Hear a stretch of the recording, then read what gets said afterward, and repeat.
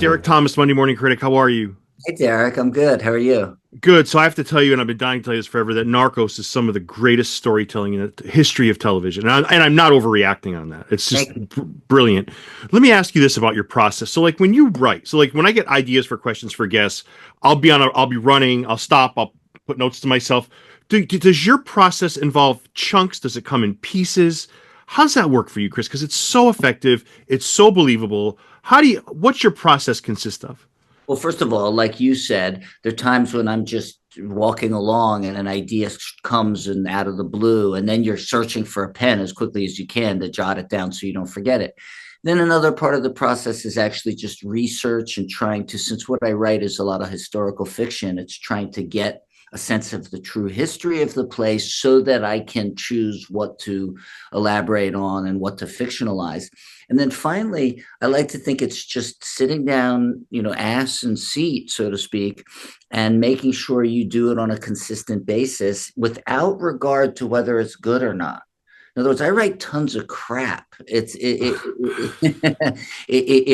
through revision and through getting away from it and then coming back to it that it ultimately gets to a place where I'm willing to put it out there. But yeah, I think it's really 99% perspiration, as they say. Yeah, Godfather of Harlem is so enjoyable. And let me ask you this. So I'm thinking about like writers and I'm thinking about Taylor Sheridan, I'm thinking about you. I feel like when does burnout become a reality? Because I'm looking at his career, I'm looking at what you've done. I feel like it's a lot. Like it's like when do you get to a point where it's like, okay, I need to step away and just politely just excuse myself. How's that work for you, Chris?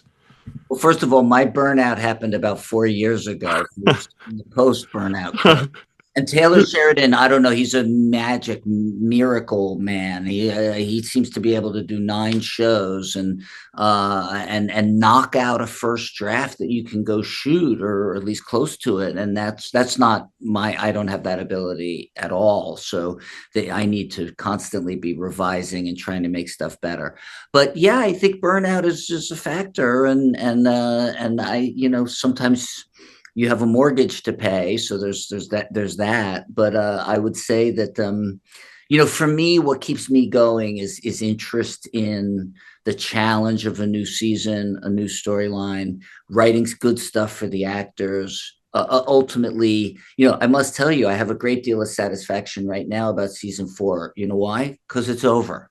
I don't have to write anymore. It's done. Yeah. So to watch it go out there and see people react to it, whether good or bad, it's fun. It's fun to see people react to the work, because for so many months you're doing it with no feedback, really. If this is what burnout looks like after 4 years, then please, I want to be burnt out. Let me ask you. My last question would be this. So you mentioned, we talk about historical fiction.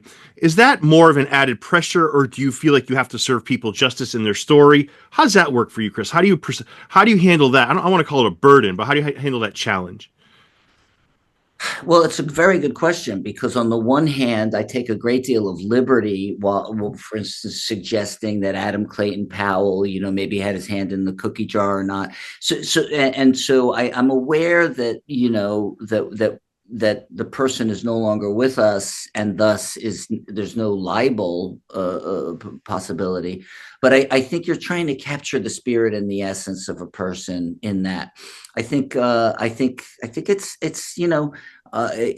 a bit of a challenge, and it sometimes brings up ethical issues as to what you're going to say about somebody. I try to make it all of a piece. In other words, it's all trying to serve whatever the dramatic story in front of me is, which has its own themes and things we're exploring. And so I try not to do too much to you know what's the word for it, to demean the dead. Right. Well, you're an amazing writer, and I love your work, and I'm very excited to watch the rest of the season. Thank you so much, Chris. I appreciate it. Thanks so much.